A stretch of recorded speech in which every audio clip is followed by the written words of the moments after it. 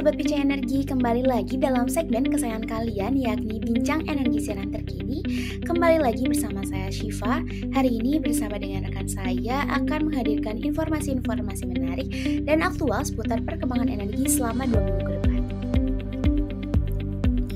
Halo Sobat Bincang Energi semua, saya Vali bersama Syifa akan sharing seputar berita yang lagi happening banget nih soal energi dan lingkungan dari tanggal 1 sampai 14 September 2022. Kira-kira apa aja ya? Yuk langsung kita simak sama-sama berita pertama kali ini. Nah, berita pertama kali ini dilansir dari jawapos.com bahwa kenaikan harga BBM merupakan momentum untuk mengejar target bauran energi nasional di tahun 2025 nanti. Langkah strategis ini dilakukan melalui otomatisasi gas bumi sebagai tahap transisi menuju penggunaan energi baru terbarukan yang lebih besar sebagai sumber energi primer utama di masa depan. Ketua Komisi 7 DPR RI Bapak Sugeng Suparwoto mengatakan bahwa penggunaan minyak bumi saat ini masih dominan sebagai sumber energi sekunder. Hal ini kerap menjadi masalah utama ketika harga minyak dunia masih signifikan. Di sisi lain, naiknya harga minyak bumi yang berdampak pada kenaikan harga BBM sehingga harus menambah besaran subsidi yang memberatkan APBN. Sebab kebutuhan rata-rata BBM ini kita per hari hanya sekitar 1,4 juta barel, sedangkan produksi minyak kita Indonesia ini hanya sekitar 600 hingga 700 ribu barelnya per hari. Sehingga ketergantungan terhadap impor BBM ini akan semakin tinggi. Pemerintah telah mencanangkan target bauran energi tahun 2025 nanti adalah EBT sebesar 25%, gas bumi sebesar 22%, minyak bumi sebesar 25%, dan batu bara sebesar 30%. Kemudian pada tahun 2050 nanti, komposisi target bauran energi nasional ditargetkan EBT mencapai sebesar 31%, gas bumi 24%, dan minyak bumi sebesar 20%. Hingga saat ini, pada tahun 2020 lalu, sebagaimana data Kementerian SDM, porsi EBT ini hanya tercatat mencapai 11,20%, gas bumi sebesar 19,16%, minyak bumi sebesar 31,60%, dan batu bara sebesar 38,04%. Pemanfaatan gas bumi, khususnya gas alam, harus didorong menjadi kebijakan utama dalam konteks energi, di mana gas harus menjadi energi transisi untuk menuju optimalisasi EBT, baik untuk kepentingan transportasi, industri, maupun rumah tangga. Untuk itu, DPR meminta pemerintah memiliki sikap yang tegas terkait optimasi gas bumi. Momentum ini atau kenaikan harga minyak bumi dan BBM saat ini perlu dioptimalkan untuk merealisasikannya. Nah, Sobat Ben, yuk kita bantu kawal pemerintah supaya akselerasi transisi energi ini dapat mencapai target bauran energi Indonesia ya. Gimana nih Sobat Ben, menarik banget kan berita pertama tadi. Berita selanjutnya datang dari Kementerian SDM yang menyatakan bahwa sekitar 3.860 rumah tangga di Sulawesi Selatan akan mendapatkan instalasi listrik gratis di tahun 2022 ini. Bantuan ini diharapkan dapat menjadi solusi untuk masyarakat kurang mampu untuk tetap memperoleh akses listrik di tengah naiknya harga BBM. Dilansir dari websitenya Kementerian SDM RI, program bantuan pasang baru listrik atau BPBL ini merupakan sinergi antara Kementerian SDM dan Sumber Daya Mineral atau SDM dan DPR RI sebagai upaya meningkatkan rasio elektrifikasi. Anggota Komisi 7 DPR RI Andi Yuliani Paris saat peresmian program BPBL di Maros, Sulawesi Selatan pada Kamis 9 September berujar bahwa rasio elektrifikasi penting di zaman sekarang untuk peningkatan ekonomi masyarakat dan juga sumber daya manusia, serta berharap ada korelasi positif antara listrik dan kualitas SDM. Lebih lanjut, Andi menyampaikan bahwa untuk tahun 2023 direncanakan ada banyak 83.000 penerima manfaat program BPBL. Program ini untuk masyarakat yang kurang mampu. Kalau merasa sudah mampu, berikan pada yang kurang mampu, tuturnya.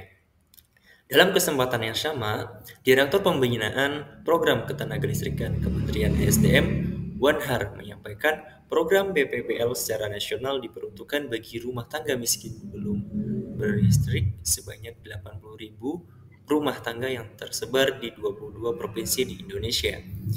Instalasi listrik gratis yang akan dipasang di Sulawesi Selatan diantaranya tersebar di Kabupaten Maros sebanyak 643 rumah tangga dan Kabupaten Ojo sebanyak 576 rumah tangga. Masyarakat penerima program BPPL akan mendapat instalasi listrik rumah berupa 3 titik lampu dan 1 kontak, pemeriksaan dan pengujian instalasi sertifikat layak operasi, penyambungan ke PLN, dan token listrik pertama. Nah, Sobat Ben, semoga pemasangan instalasi listrik di Sulawesi Selatan ini tepat sasaran dan dapat membantu masyarakat kita yang betul-betul membutuhkan ya. Nah, berita selanjutnya hadir dari Kementerian Energi dan Sumber Daya Mineral (SDM) dengan Politeknik Energi Mineral Minyak dan Gas Bumi atau PMAK Migas menerima paket hibah laboratorium solar PV dari pemerintah Swiss. Penerimaan ini sebagai rangkaian dari persiapan program Diploma 4 spesialisasi 1 tahun energi terbarukan bidang solar, hydro, dan hybrid di PMAK Migas yang akan diselenggarakan mulai September 2022 mendatang. PMAK Migas mengapresiasi peralatan laboratorium PLTS dari pemerintah Swiss dan dukungan teknis lainnya untuk menyelenggarakan program studi baru Diploma 4 Spesialisasi Energi Terbarukan bidang solar, hydro, dan hybrid, ucap Direktur PMAK Migas, Ibu Erdila Indriani usai melakukan tanda tangan serah terima hibah di Cepu pada Senin 12 September lalu. Menurut Bu Erdila, kehadiran laboratorium ini merupakan dukungan terhadap target pemerintah Indonesia mencapai bauran energi nasional sebesar 23% di 2030 nanti dan 31% pada 2030 sesuai dengan Rencana Umum Energi Nasional. Salah satu upaya kami adalah menjadi bagian dari Politeknik Percontohan kerjasama antara Indonesia dan Swiss untuk menyediakan program sarjana terapan di bidang energi terbarukan dan fokus PLTS dan PLTA.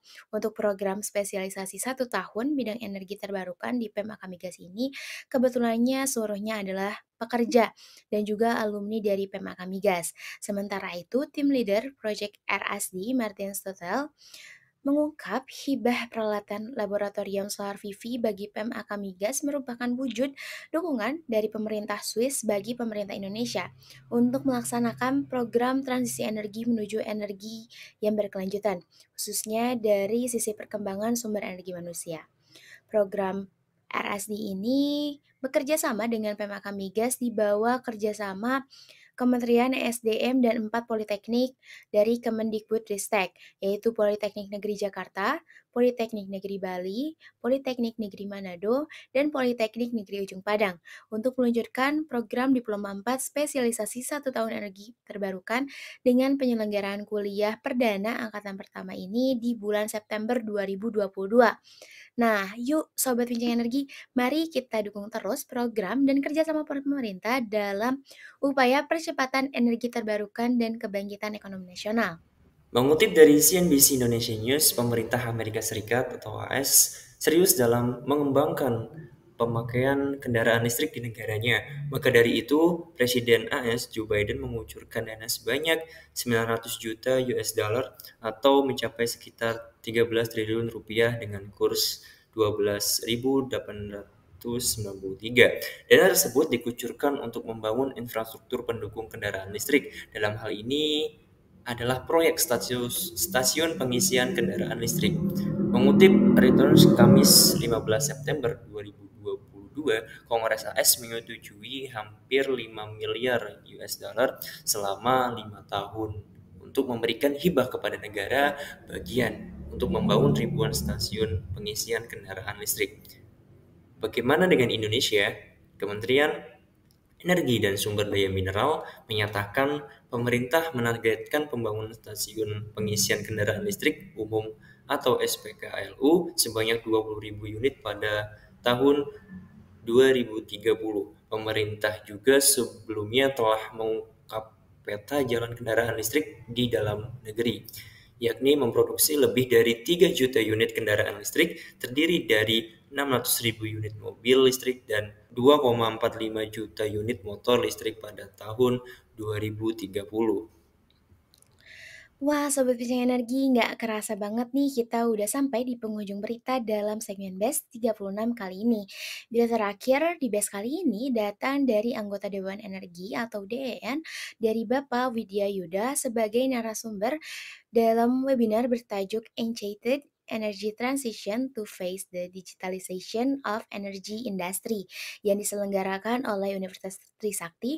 Dalam webinar tersebut, pria lulusan Cranfield ini memaparkan mengenai peran industri migas dalam transisi energi menuju net zero emission. Guna mengatasi perubahan iklim, Indonesia telah berkomitmen untuk mengurangi emisi gas rumah kaca atau GRK dari sektor energi hingga 314 juta ton atau 446 juta ton dengan bantuan internasional. Di tahun 2021 sendiri, Indonesia berhasil melampaui target nationally determined contribution di sektor energi sebanyak 2,5 juta ton CO2. Hal ini diwujudkan melalui 5 aksi mitigasi, diantaranya pemanfaatan energi baru terbarukan, efisiensi energi, bahan bakar rendah karbon, penggunaan teknologi pembangkit bersih, dan kegiatan lainnya. Indonesia tengah menerapkan strategi dekarbonisasi yang bertujuan untuk mewujudkan ketahanan energi, kemandirian energi, pembangunan berkelanjutan, dan low carbon development juga climate resilience. Dengan potensi emisi dari sektor energi sendiri mencapai 1.669 ton CO2.